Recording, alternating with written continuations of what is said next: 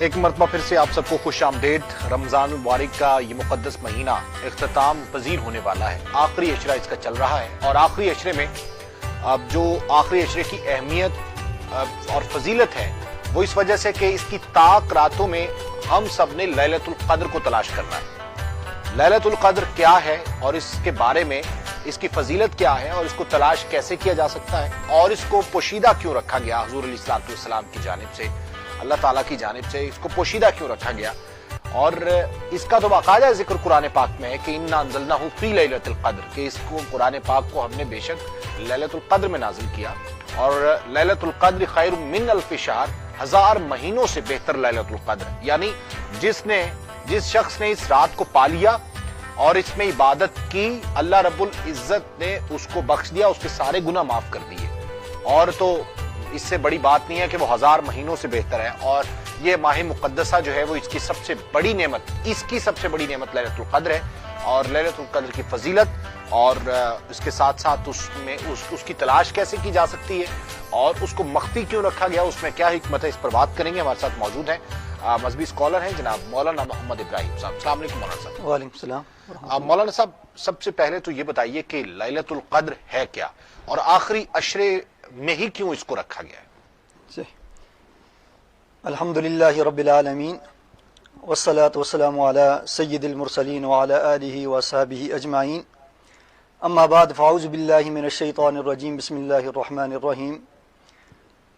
انا انزلناہ فی لیلۃ القدر وما ادراک ما لیلۃ القدر، لیلۃ القدر خیر من الف شہر، تنزل الملائکۃ والروح فیہا بإذن ربہم من کل امر سلام، ہی حتی مطلع الفجر، صدق اللہ العظیم۔ سب سے پہلے تو میں آپ کا شکریہ ادا کرتا ہوں کہ آپ نے اس اہم موضوع پر گفتگو کا موقع دیا، اور میری جانب سے تمام ناظرین کو السلام علیکم ورحمۃ اللہ وبرکاتہ۔ تو جہاں تک آپ کے سوال کا تعلق ہے کہ یہ ایک بہت میں بات کر رہا ہوں جی یہ ایک فضیلت والی رات ہے، اور اس کی فضیلت کا اندازہ آپ اس بات سے لگائیں کہ اس کے متعلق قرآن کریم میں پوری ایک صورت نازل کی گئی ہے، وہ صورت کے جس کی ابھی میں نے آپ کے سامنے تلاوت کی ہے۔ پہلے ہم اس کا ترجمہ کرتے ہیں۔ اللہ تعالیٰ فرماتے ہیں کہ ہم نے اس قرآن کریم کو لیلۃ القدر میں نازل کیا۔ بالکل صحیح۔ اور آگے فرمایا وما ادراک ما لیلۃ القدر، کہ تمہیں کیا معلوم قدر کیا ہے؟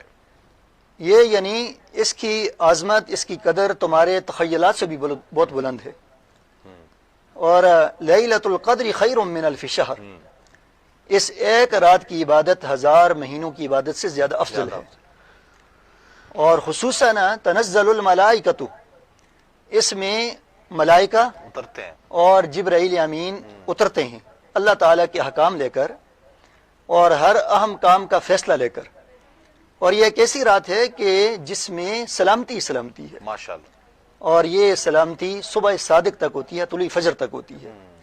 تو اگر ہم اندازہ لگائیں کہ اس صورت مبارکہ میں لیلۃ القدر کی کئی فضیلتیں اور کئی فضیلت کے کئی اسباب بیان کیے گئے ہیں۔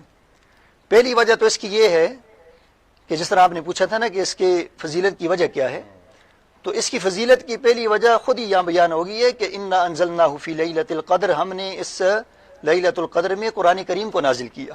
صحیح۔ تو ایک ہے قرآن کریم کا نزول لوح محفوظ سے آسمان دنیا تک، اور دوسرا ہے آسمان دنیا سے نبی اکرم صلی اللہ علیہ وسلم کے قلب اطہر پر، قلب مبارک پر۔ تو آسمان لوح محفوظ سے آسمان دنیا پر تو یہ یک بار نازل ہوا ہے۔ اس کو عربی میں انا انزلنا، انزال کہتے ہیں، اور پھر وہاں سے آپ علیہ الصلوۃ والسلام کی قلب مبارک پر تقریباً 23 سال کے عرصے میں تھوڑا تھوڑا کر کے نازل ہوا، اس کو تنزیل کہتے ہیں۔ تو لہٰذا اس کی عظمت کی وجہ یہ ہے کہ، اور قرآن کریم ایک عظیم کتاب ہے، ایک ایسی کتاب ہے کہ جس کے نزول کے بعد اللہ تعالیٰ نے لوگوں کو ہدایت کا ایک راستہ دکھا دیا ہے۔ وہ انسانیت جو اپنی زندگی کے مقصد کو فراموش کر چکی تھی اور اللہ تبارک و تعالیٰ سے دور ہو رہی تھی، گناہوں کی دلدل میں پھنسی جا رہی تھی، اور کفر و شرک کے گندگی کے اندر پھنسی ہوئی تھی، تو اس لیلۃ القدر میں اللہ تعالیٰ نے قرآن کریم نازل کر کے ان کو ایک روشنی عطا کی ہے، ان کو جو ہے وہ تاریکیوں سے روشنی کی طرف لائے ہیں، جہالت سے علم کی طرف لائے ہیں، ان کو کفر و شرک سے ایمان کی طرف لائے ہیں، ان کو شرک سے توحید کی جانب لائے ہیں، اور ان کو بدی سے نیکی کی جانب لائے ہیں۔ تو اس بنیاد پر اس کی یہ عظمت اور اس کی فضیلت کی وجہ یہ ہے کہ اس میں اللہ تعالیٰ نے قرآن کریم کو نازل کیا ہے، اور قرآن کریم ایک قدر و منزلت والی کتاب ہے۔ پھر دوسرے یہ ہے کہ جو قدر کا معنی ایک ہوتا ہے عظمت اور قدر کے قدر و منزلت والی کتاب، دوسرا اس کا معنی ہوتا ہے تقدیر، بھی اس کا معنی ہے۔ اس کا مطلب یہ ہے کہ یہ ایک ایسی رات ہے کہ جس رات میں انسانوں کی قسمت کے فیصلے ہوتے ہیں۔ ماشاءاللہ۔ اس میں انسان کی موت و حیات، انسان کی صحت و بیماری، انسان کی رزق کی وسعت اور تنگی، انسان کی سعادت اور شقاوت کے فیصلے ہوتے ہیں، صحیح، کہ کس انسان نے کتنا اس دنیا کے اندر رہنا ہے، اس نے یہاں سے کب جانا ہے، اس کا رزق یہاں پر کتنا ہے، اس نے یہاں پر کون کون سے کام کرنے ہیں۔ تو اللہ تعالیٰ نے اس رات کے اندر انسان کی ایک تقدیر کو بھی لکھ دیا ہے۔ اچھا، ایک نقطے کی بات آپ کو بتاتا ہوں کہ عام طور پر شب برات جو کہ 15 شعبان کو ہوتی ہے، اس کے متعلق بھی روایات ہیں کہ اس میں بھی انسان کی تقدیر کے فیصلے ہوتے ہیں۔ تو اب بظاہر تو دونوں میں ایک ٹکراؤ ہے، دونوں میں ایک تعارض ہے۔ تو سوال یہ ہے کہ اس کی تطبیق کیا ہے، اس میں ہم اس تعارض کو ختم کیسے کر سکتے ہیں؟ تو علماء نے یہاں پر یہ بات لکھی ہے کہ تقدیر کے فیصلے لکھنے کا آغاز تو شعبان کی 15ویں شب کو ہو جاتا ہے، یعنی اس وقت آغاز ہو جاتا ہے لکھنے کا، اور لیلۃ القدر میں آ کر اس کی تکمیل ہو جاتی ہے۔ تو اس طرح ان دونوں باتوں کے اندر کیا ہو جاتی ہے، تطبیق ہو جاتی ہے اور مطابقت ہو جاتی ہے۔ آگے فرمایا کہ اے انسان، یہ لیلۃ القدر تمہارے تخیلات سے بھی بہت زیادہ بلند ہے اور عظمت والی ہے۔ ماشاءاللہ۔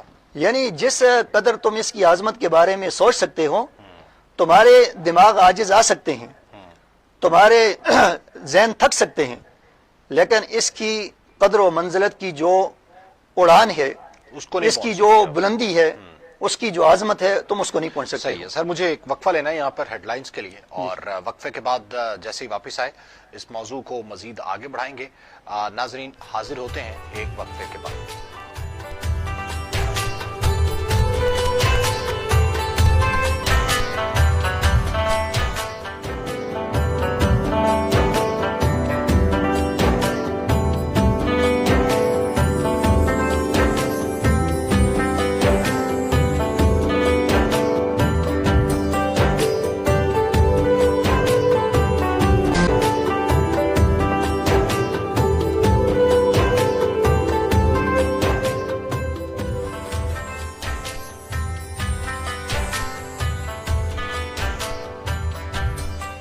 ایک مرتبہ پھر آپ سب کو خوش آمدید ناظرین۔ میں مولانا ابراہیم صاحب کی جانب جانے سے پہلے ہمارے ساتھ ٹیلی فون لائن پر موجود ہیں، ہمیں جوائن کیا ہے مولانا عبداللہ کھوسہ صاحب، ان کی طرف جانا چاہوں گا، اور شب قدر کی فضیلت اور اہمیت اور اس کے ساتھ ساتھ جو اس کی تلاش کے حوالے سے بات جو ہے وہ ہو رہی ہے۔ السلام علیکم عبداللہ کھوسہ صاحب۔ وعلیکم السلام ورحمۃ اللہ وبرکاتہ۔ مولانا صاحب فرمائیے گا کہ رمضان المبارک میں ظاہر ہے کہ بہت فوقیت، بہت فضیلت ہے اس مہینے کی، اور اس پورے مہینے میں شب قدر کی تلاش ہے آخری عشرے میں۔ یہ شب قدر اتنا تو سمجھ آتا ہے کہ یہ 1000 مہینوں سے بہتر ہے، ملائک اس میں اترتے ہیں، رحمت اور بخشش کی رات ہے، لیکن اس کو مخفی کیوں رکھا گیا، اس میں کیا حکمت ہے؟ بسم اللہ الرحمن الرحیم، الحمدللہ رب العالمین، والصلاة والسلام علی رسول الامین وعلی اصحابہ واتباعہم الی یوم الدین وبعد۔ عرض یہ ہے کہ اس کی جو فضیلت قرآن مجید میں بیان ہوئی ہے کہ یہ 1000 رات سے بھی بڑھ کر ایک رات ہے، جی جی، اور اس کی ایک رات کی عبادت 1000 رات کی عبادت سے بڑھ کر ہے۔ اور مخفی رکھنے کی وجہ یہ ہے کہ اگر محض اسلامی جن طریقے 355 راتوں میں سے ایک رات متعین کر دی جاتی تو لوگ صرف اسی ایک رات کی عبادت کرتے۔ اب چونکہ عبادت کے مشق سے اللہ تعالیٰ نے ان سب کو زیادہ سے زیادہ گزارنا تھا، اس لیے آپ صلی اللہ علیہ وسلم کو اور آپ صلی اللہ علیہ وسلم کی امت کو یہ رات متعین کر کے نہیں بتائی گئی.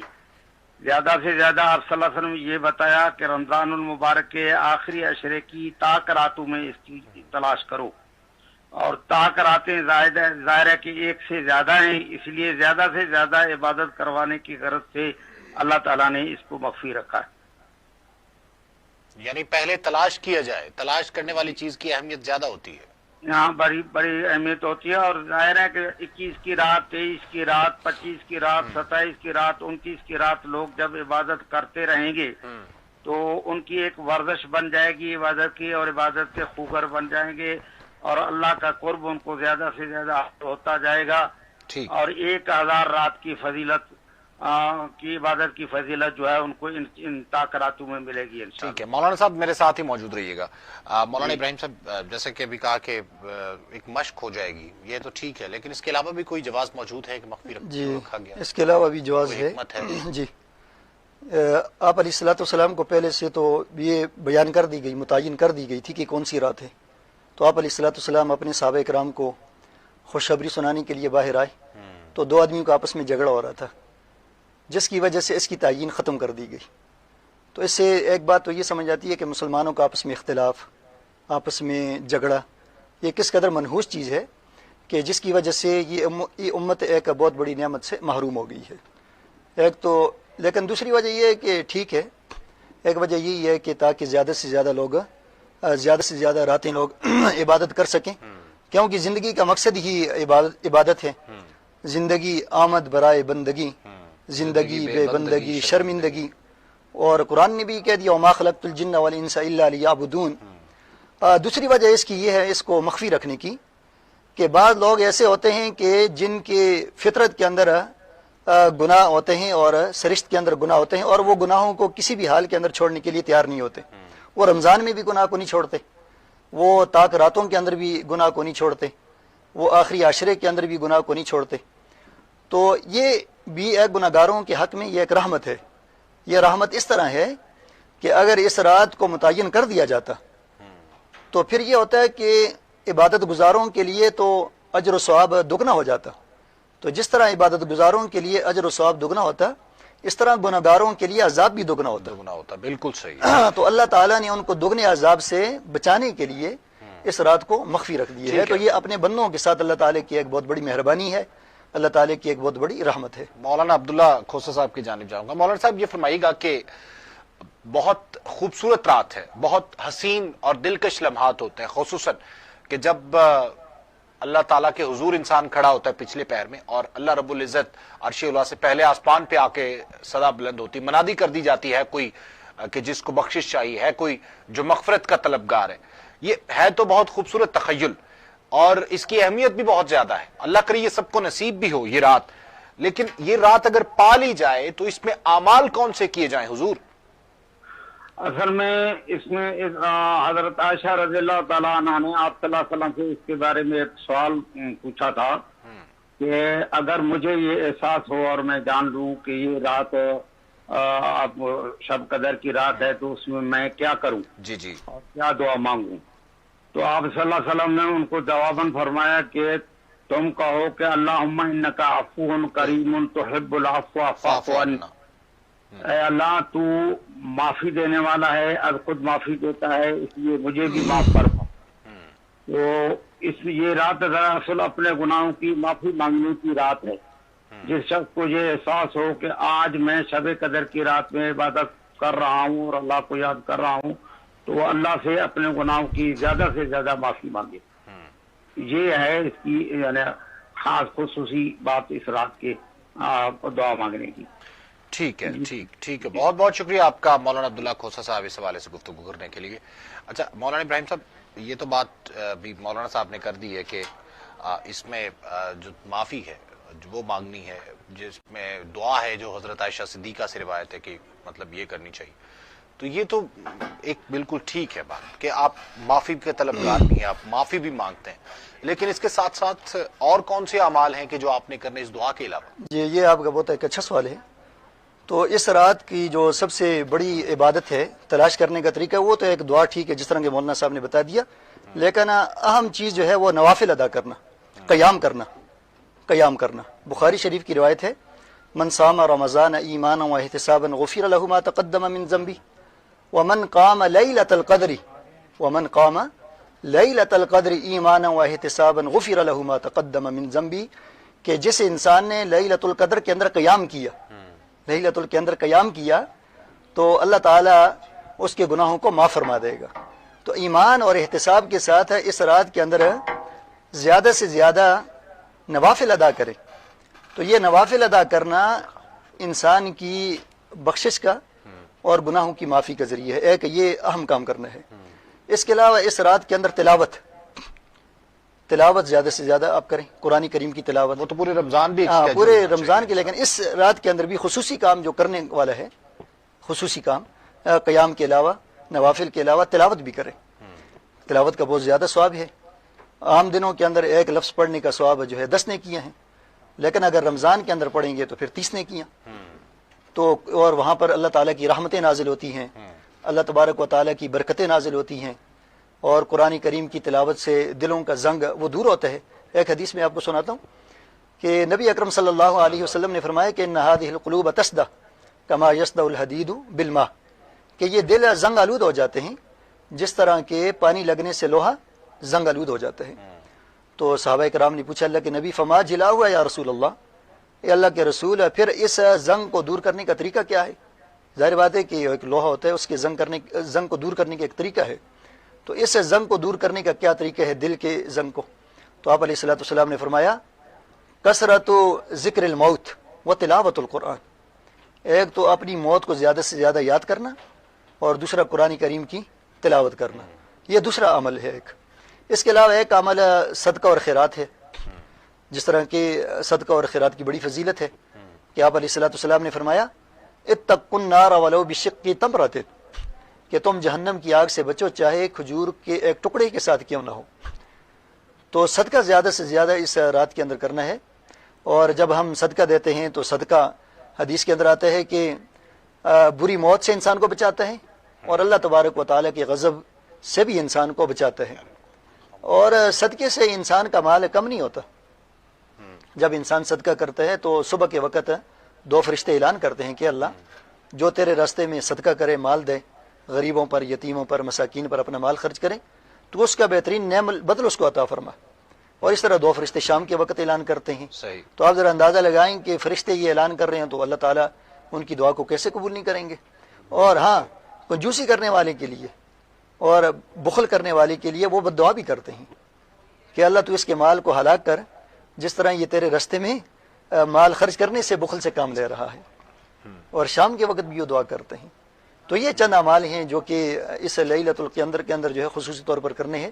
ایک تو دعا کرنی ہے اللہم انک عفو کریم تحب العفو فاعف عنی، اس دعا کا زیادہ سے زیادہ ورد کرنا ہے۔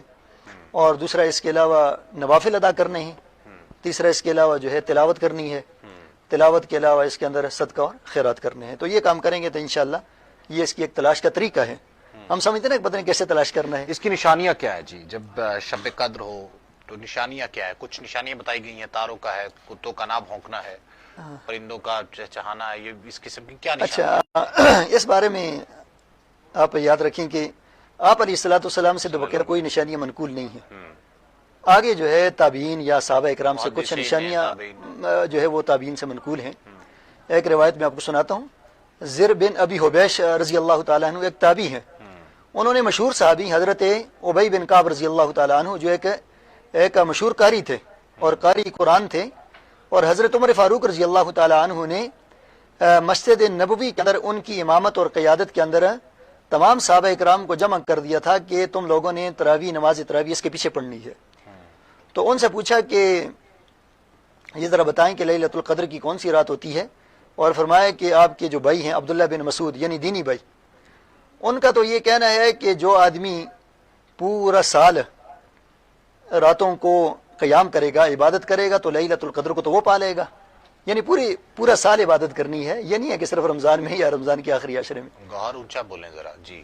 تو حضرت ابی بن کعب رضی اللہ تعالیٰ عنہ نے کہا کہ اللہ میرے بھائی عبداللہ بن مسعود پر رحم کریں، اس کو معلوم ہے، انہوں نے یہ بات اس لیے کہی ہے کہ تاکہ لوگ صرف ایک رات پر اعتماد نہ کریں، بھروسہ نہ کریں، ورنہ وہ اچھی طرح جانتے ہیں کہ یہ رات رمضان میں ہوتی ہے، رمضان کے آخری عاشرے میں ہوتی ہے، اور تاک راتوں کے اندر ہوتی ہے، اور پھر بالخصوص جو ہے وہ 27ویں کی شب ہوتی ہے۔ ماشاءاللہ۔ تو اچھا، پھر زر بن حبیش نے کہا کہ ابی بن کعب مجھے یہ بتاؤ کہ اس کی علامت کیا ہے، اس کی نشانی کیا ہے؟ تو ابی بن کعب نے کہا کہ اس کی نشانی یہ ہے کہ اس صبح کو سورج کی شعاعیں نہیں ہوتی، یعنی وہ صبح جو ہے وہ بڑی خوبصورت میٹھی صبح ہوتی ہاں ہے، میٹھی دھوپ صبح میٹھی ہوتی ہوتی ہے اس کی۔ ہے۔ تو یہ ایک یعنی جس تابعی نے یا جس عالم نے اس رات کو جو مشاہدہ کیا اس نے ویسا ہی لکھ اس دیا۔ نے ویسے ہی آگے بیان کر دیا۔ کسی سمندر نے بھی یہ شور مشاہدہ نہیں کیا، کرتا، سمندر بھی شور نہیں کرتا، ہاں کسی نے یہ مشاہدہ سمندر کا کیا پانی کہ میٹھا ہوتا ہے۔ ہاں سمندر شور نہیں کرتا تو اس نے وہ نشانی بیان کر دی۔ کسی نے یہ دیکھا کہ کتے جو ہے نہیں بھونگتے تو اس نے وہ نشانی بیان کر دی۔ کسی نے دیکھا کہ درخت سجدہ کرتے ہیں تو کسی نے وہ نشانی بیان کر دی۔ تو یہ آگے جو ہے مختلف اپنے اپنے مشاہدات کے مطابق یہ ان کی نشانی ہے۔ تو سر یہ جو اعمال ہیں، خصوصاً جب نماز تراویح کی تو ہم نے جماعت شروع کر لی ہے، ایک صلاۃ التسبیح بہت محبوب عمل سمجھا جاتا ہے کہ اس سے پچھلے سارے گناہ معاف ہو جاتے ہیں، تو کیا اس کی بھی جماعت جو آج کل کروا رہے ہیں وہ ٹھیک ہے، کروا لینی چاہیے، یا افضل وہ بتاتے تو یہ بھی ہیں کہ جب جماعت کرواتے ہیں تو یہ بتاتے ہیں کہ یہ اکیلے پڑھنا افضل ہے، ہاں جی جماعت اس لیے کرواتے ہیں کہ آپ لوگ بھول نہ جائیں یا کمی بیشی نہ ہو جائے۔ جی بالکل، ایک ہے فرض نماز اور ایک ہے جو ہے نفلی نماز۔ تو فرض نماز کے بارے میں تو شریعت کی یہ تعلیم ہے ہمارے سامنے کہ اس کو جماعت کے ساتھ ادا کیا جائے، وہ ہوگی یا اس کے علاوہ جو ہے خصوصی بعض نوافل، عید کے نوافل ہو گئے، یا اس طرح جو ہے جمعے کی نماز ہوگی، ان کے بارے میں تو حکم یہ ہے کہ یہ جماعت کے ساتھ ادا کی جائے۔ لیکن اس کے علاوہ یا تراویح وہ بھی جماعت کے ساتھ ہوتی ہے، اس کے علاوہ صلاۃ تسبیح ہو گئی، صلاۃ استخارہ ہو گیا، اس قسم کی نمازیں ان کے بارے میں بہتر تو یہ ہے کہ ان کو انفرادی طور پر ادا کیا جائے۔ یہ اللہ تعالیٰ نے انفرادی ایک تحفہ دیا ہے، مثال کے یہی ہے نا، اس کی مثال ہے کہ ایک آدمی آپ کو بلاتا ہے کہ آپ میرے پاس تنہا آ جائیں، میں آپ کو ایک گفٹ دینا چاہتا ہوں، تو آپ اگر ایک لوگوں کا پورا لشکر لے کر چلے جائیں، پوری جماعت لے کر چلے جائیں، تو وہ دینے والا ناراض ہوگا، وہ کہے گا کہ بھائی میں نے تو آپ کو کہا تھا کہ آپ اکیلے آئیں، آپ کے لیے خصوصی طور پر یہ تحفہ ہے۔ تو بہتر تو یہی ہے کہ اکیلے اس کو ادا کیا جائے۔ اللہ تعالیٰ سے زیادہ جب مانگ لے انسان تو اللہ تعالیٰ ناراض ہو جائے گا؟ نہیں، ناراض نہیں ہوتا ہے، میرا نہیں خیال کہ اللہ ناراض زیادہ مانگنے سے ناراض نہیں ہوتا ہے۔ جو اس نے طریقہ بتایا ہے، اس نے اور اس کے رسول نے جو طریقہ بتایا ہے، اس طریقے کے خلاف اگر کریں گے تو تب اللہ تعالیٰ ناراض ہوگا۔ جماعت غلط ہے، ہاں جماعت نہیں کرانی چاہیے، لیکن اگر کوئی سیکھنے کے لیے، سکھانے کے لیے کر لیتے ہیں، کسی کو معلوم نہیں، تو اس میں گنجائش نکالی جا سکتی ہے۔ تو پھر اس کا مطلب ہے کہ کروائی جا سکتی ہے۔ ہاں جی، کروائی جا سکتی ہے، لیکن افضلیت جو ہے وہ افضل یہ ہے کہ اکیلے پڑھنا اس کو۔ اچھا، یہاں پر بریک لیں گے۔ بہت بہت شکریہ آپ کا سر کہ آپ آج تشریف لائے اور اس موضوع پر سیر حاصل گفتگو کی۔